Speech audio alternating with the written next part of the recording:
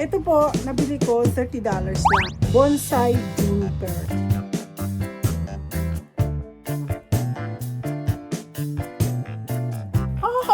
Tingnan niyo yung tsura. Ang daming pahulan. Ako, pag nakita niyo yung mga dati ko, meron pa ako mga, ano yun eh. Tell me how the garden grows, Tita Meriton.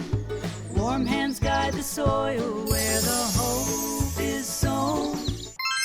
Magandang hapon po sa inyo. Supposedly, magluluto po sana ako ngayon dahil sa mga gulay na aking nai-harvest kahapon. Ang problema lang po kasi ngayon, madami hong activities si Mr. So, ise-set aside ko muna ang pagluluto. Bukas na ako ng hapon magluto na naway. Hindi po magkuluntoy ang mga aking mga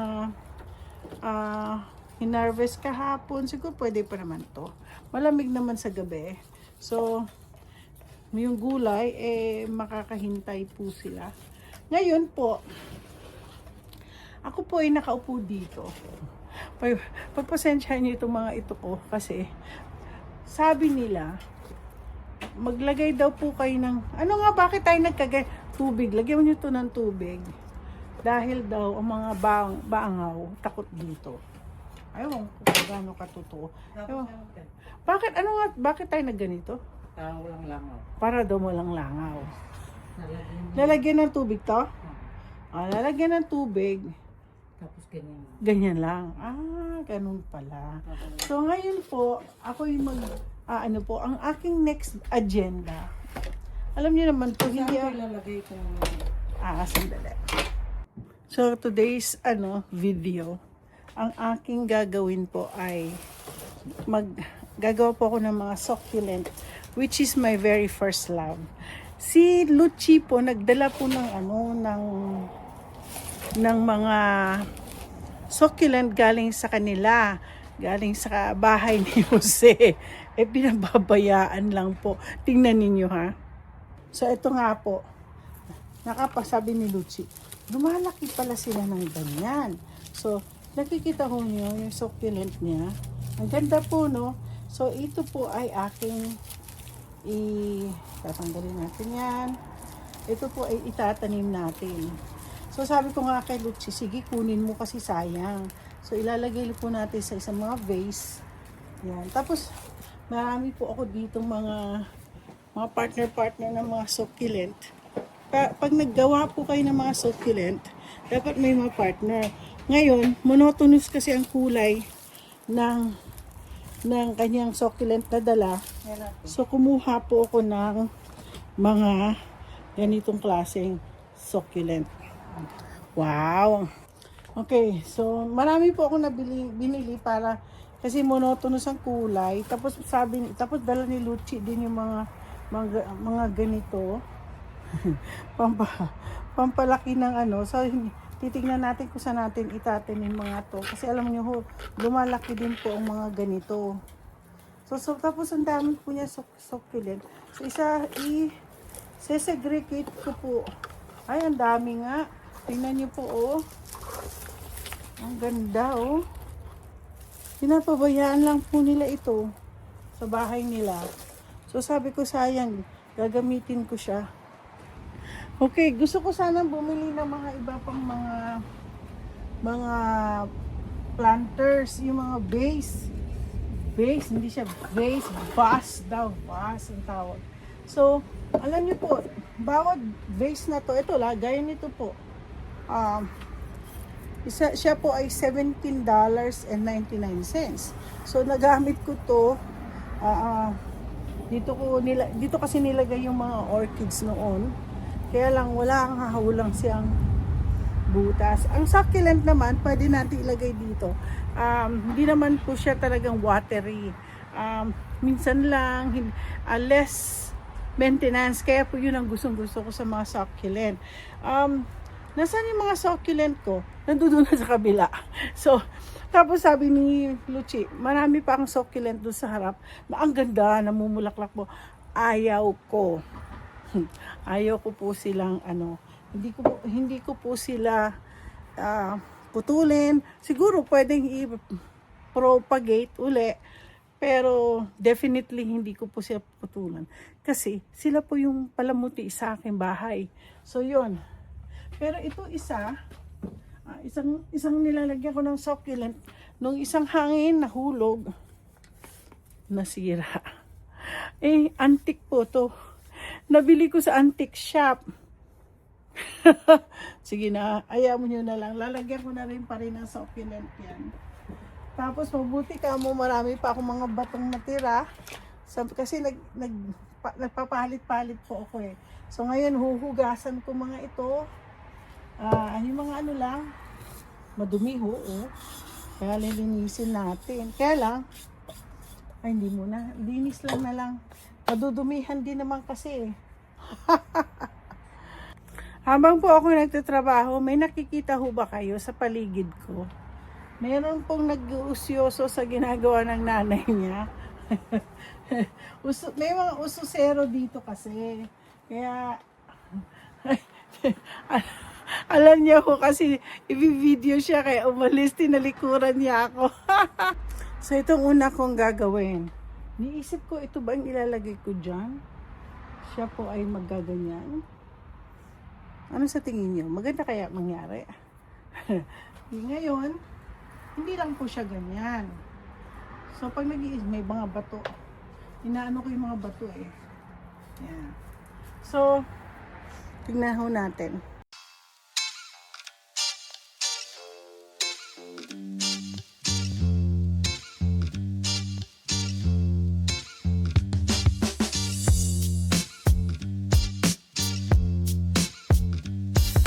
Tadadaan! Tignan niyo po ang ginawa ko. Ito na po. Kita niyo? Nilagyan ko po ng marami. Monotonous lang ang kulay. So ganyan po yung ano ko. Ilalagay po natin sa nugasan ko na yan kanina pa. Ilalagay natin sa isang lugar. Ngayon ang second ko ay kung saan ko nilalagay ang orchids. Bumili po ako ng orchids uli. Last year, orchids din po to. Siyempre, namamatay pagdating ng winter. So, at least ito. Bumili ako maliit. For $30. Yep. Para lang gumanda ang bahay ko. Gumanda lang ang aking patio. Ngayon, lalagyan po natin ng succulent as usual. Andito pa rin ang ating mahilig po ako sa mga fairy. So, ang dami ko pong gagawin.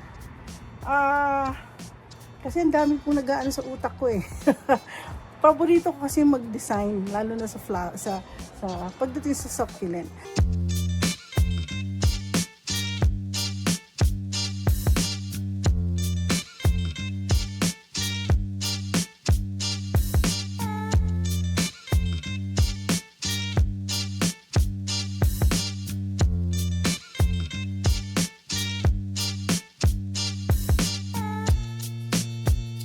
Okay guys, ito na po ang finished product na ginawa kong succulent.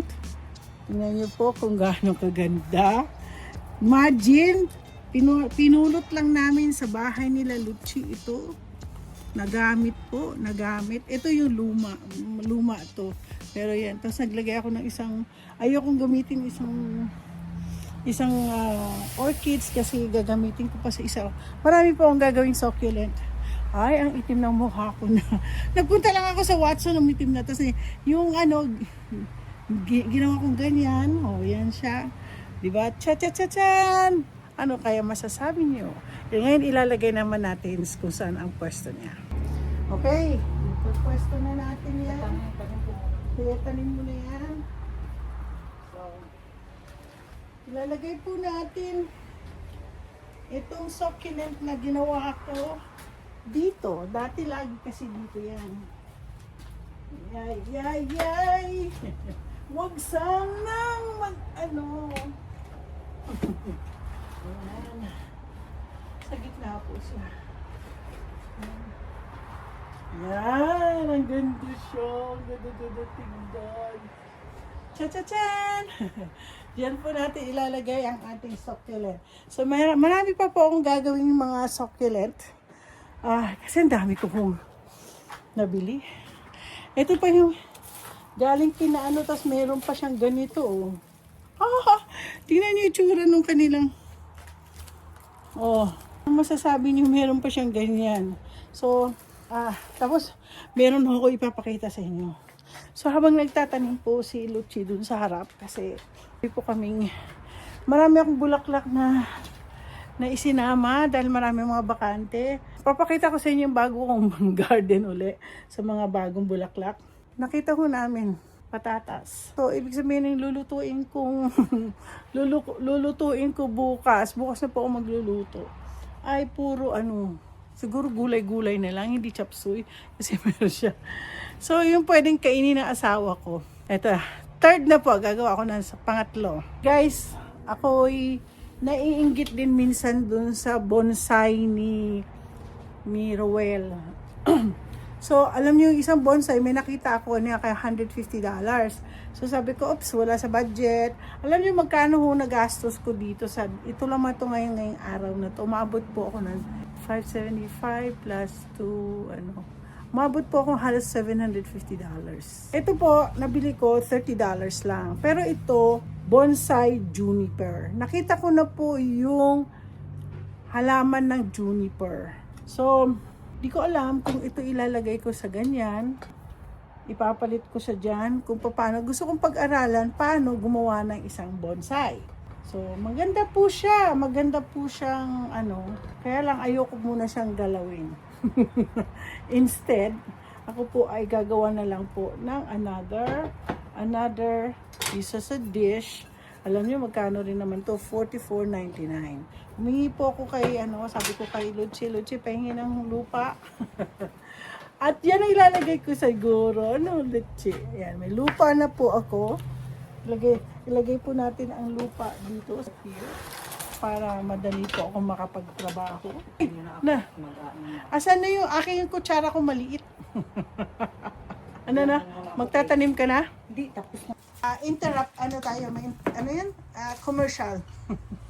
Ito po, paano namin ginagawa ang compost. So, si Luchi po ang gagawa ng compost. Bumili po kami ng mga, mga ganito.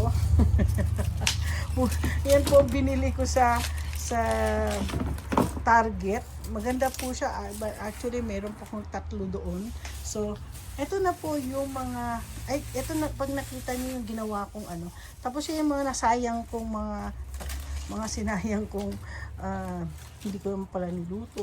Minsan, alisin ko na nga yung ugali ko yan. Minsan, bili ako ng bili, tapos hindi ko naman pala niluto. So, sabi ko, sige na, pang-compost na lang yan. So, ito po, marami po kami pang-compost na gagawin. Marami pa tayo, no? Marami po kami So, kunti yung lupa natin.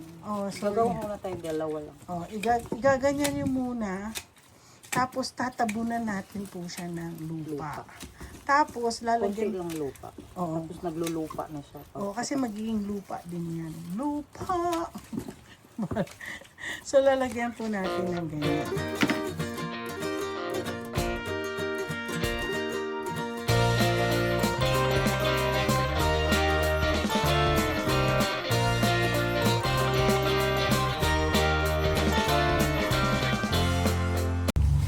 Okay, ayan na.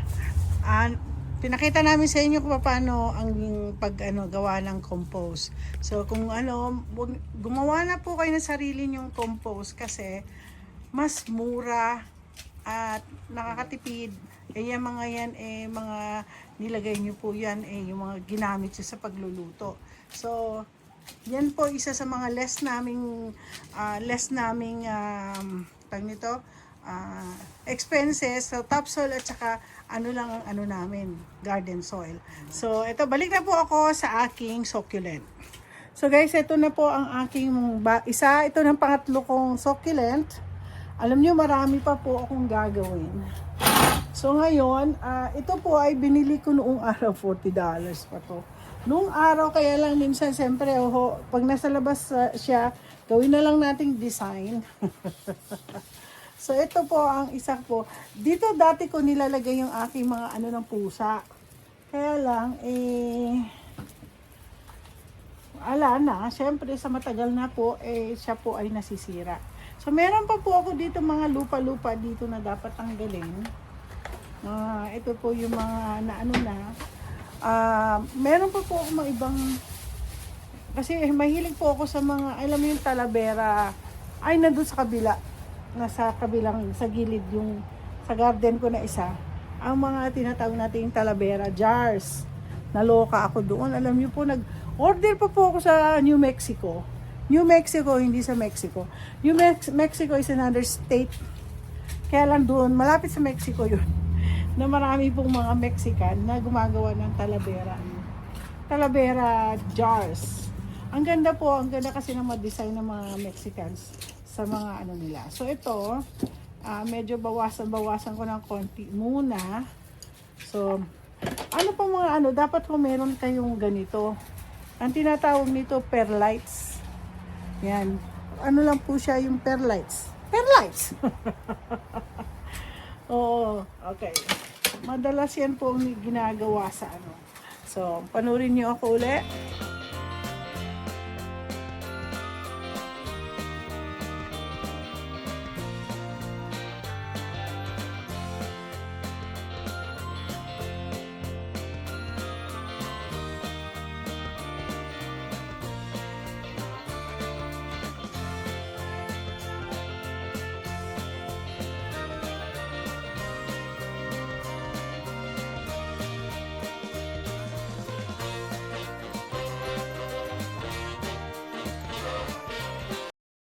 Okay guys, natapos na ang pangatlo. Ang balak ko, kasi sabi nga ni Lucci, bili na raw ako ng ano, ng ang tawag nito, ng pintura. Pipintahan ko muna ito. Bumili ka naman ng sombrero. Ha? Ng sombrero. Ay, bumili ako sombrero kasi iba na namang sombrero gusto ko. yung isang sombrero ko yung yellow. So, ganito. Ayan. Medyo mataas-taas ng konti. So, guys, ito na po ang aking... Alam mo, pag nagbulaklak ito maganda. Oo. Ito na po ang aking pangatlo. Hintayin nyo na lang, pipintahan ko na lang siya. Mag-order po ako ng pintura. Ito na po si Paraluma.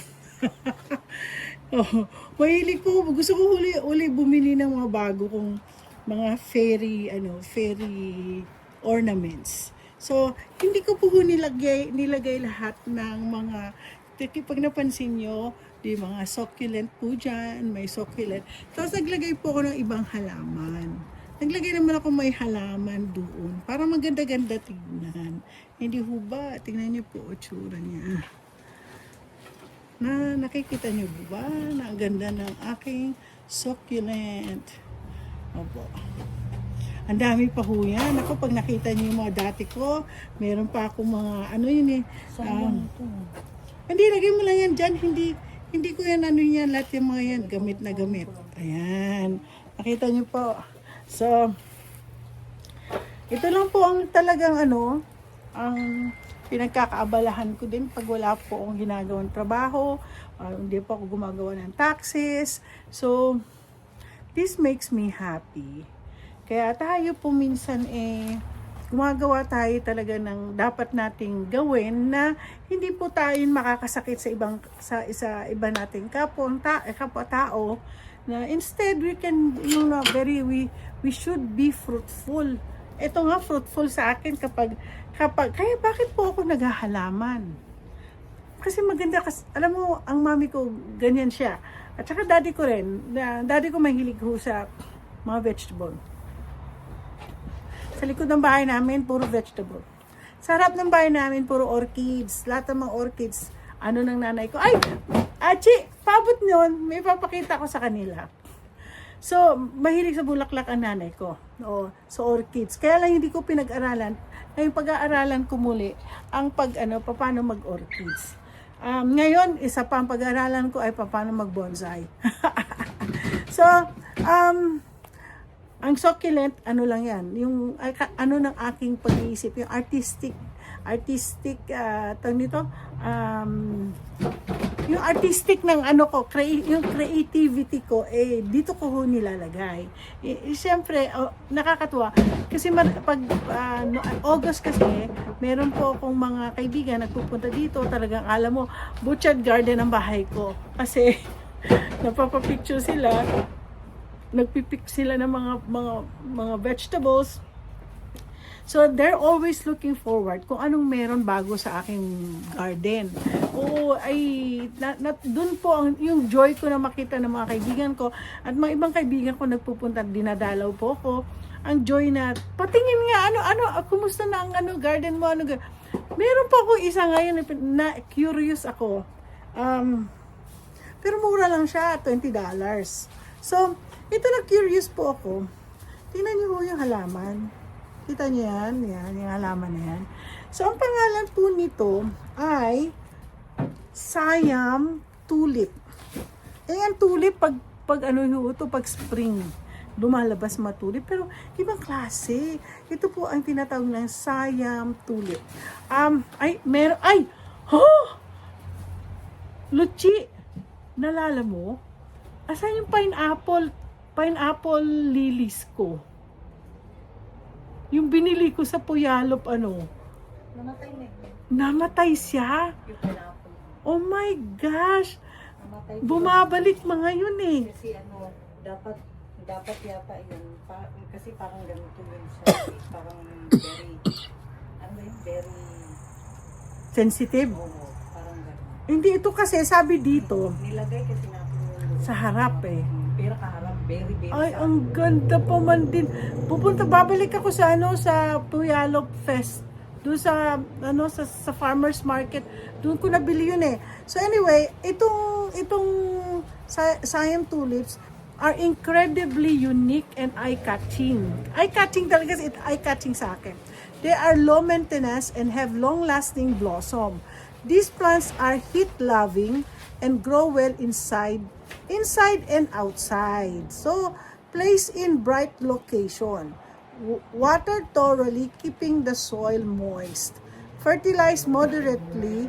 Remove the faded blooms based on stems. So, nakakatuwa, no? Ilalagay, ako kasi may mga halaman kasi ako, gusto ko laging nilalagay dyan ko in case kung makalimutan kong pangalan. So, nakakatuwa po siya, no? This is what they call Siam. Alam mo, parang gusto ko rin lagay sa succulent, kaya lang, dapat sunny daw. Ilalagay po sa sunny ito. So, anyways, nag-enjoy po ngayong Sunday. Nagtanim na po kami. Marami kami pong natanim. Si Luchi. Anong tinanong mo yung patola, no? yung patola at saka yung gabi. O kasi kahapon nag-overnight kami yung seeds ng patola kasi kailangan 24 hours na nakababad sa tubig. Tapos, ngayon itinanim na po ni Luchi. Abangan po natin kung may patolang darating. Ako po ay, alam niyo pong masarap ang patola sa miswa. Hindi ho ba? Ano ba maluto sa patola? For sure marami ngayon nagsasabi kung anong ang gagawin natin, kung saan natin ilalagay ang patola. So ngayon ito ilalagay ko po sa aking lalagyan, sa aking mga garden set. Okay guys, nandito na po ang aking back patio garden. Marami pa po akong ilalagay. Pero alam mo, Luchi, kanina na habang nasa ko, yung mga hanging natin, hindi ko na lalagay ng mga bulaklak. Yung mga hanging lang, yung mga dahon-dahon. So, ito po ang aking succulent. Meron pa po ako dito, kaya lang kukuha daw si Luchi ng ganito ulit para mag-interno siya. So, ito po yung aking succulent. Tapos ito po. Yan. Tapos ito po yung last year ito ganito eh. So, ito na mga bago succulent garden ko. So far, natutuwa ako sa pinakita ko na sa inyo last time. Nagdagdag lang po kami ng isa po para lahat po ito ay magiging ganyan. Ito po, nasa harap yan. Ito mga ito. Clematis po to. So, sa harap yan. Diyan muna namin ilalagay habang hindi pa po. Next week na naman po kami magga-garden. Wala po kaming time. wala na pong time mag-garden ngayon. Okay. So, wala nang time pong mag-garden. Kasi busy po lola nyo. Kasi po ang asawa ko ay gusto manood na sine. Manonood po kami ng ang tawag yan? Manonood po kami ng Supergirl. Dahil alam na asawa ko, gusto ko si Supergirl. So far, bukas na lang po ako magluluto kasi wala pong time. Kulang, alam nyo, ang kulang ng time. Alam nyo ngayon, hindi po ako nag-live. Kasi sabi ko sa mga kaibigan ko, sa mga subscribers ko na, hindi po, kahapon, nung tanghali, nag-live po ako. Halos 2 hours din kami nag-usap. So anyway, hindi po ako sabi ko hindi ako magle-live kasi bala ko matulog na mahaba. Kasi meron ako ininom. Hindi po siya sleeping pills. Kasi pag feel ko kasi masama pakiramdam ko, iniinom ko yung NyQuil na night So yung night syrup na yon will make you sleep, talagang groggy. Tulog-tulog ako. So, paggising ko po, nagising lang po ako ng 5:30 kasi mga pusa ko, ginigising po ako dahil gutom sila. Gusto nilang kumain na. Alam mo nang ginigising ako ng mga pusa ko. So, anyway, nagising lang ako saglit habang tulog, pinakakain ko po sila. So, ngayon, nabumalik ako ulit sa tulog. Alam ko pong nag-live si Ruel, nakatulugan ko. So, nagising na lang po ako ng alas 9. Alas 9, 10 o'clock, yung streamline ng church namin, yung asawa ko, nanood, talaga antok ako. Tapos, dumating si Lucci, mga 11 o'clock, sabi niya, oy, alauna na ako pumunta sa Watson. So anyway, thank you very much for watching my gardening. So enjoy po kami. Nagpapasalamat ako sa Diyos na may isang kaibigan ako, si Lucci, na tinutulungan po niya ako sa pag-garden. So I give all the credits kay Lucci, sa totoo lang, in fairness. Ako man lang pumili ng mga bulaklak, pero si Lucci ang nagtatanim.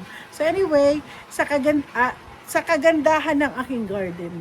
Diba? So anyway, thank you very much. Tatapusin ko rin po yung So itong bonsai ko, pag-aaralan ko kung paano ko. So anyway, salamat po. Don't forget to like and subscribe. Ikaw, mag-like and subscribe. Don't forget to like and subscribe. Tingnan niyo naman, napaka-sexy ni Lucci. Yeah, si Lucci Eco, napaka-sexy niya. Lalo na pag summer yan, lagi naka-shorts.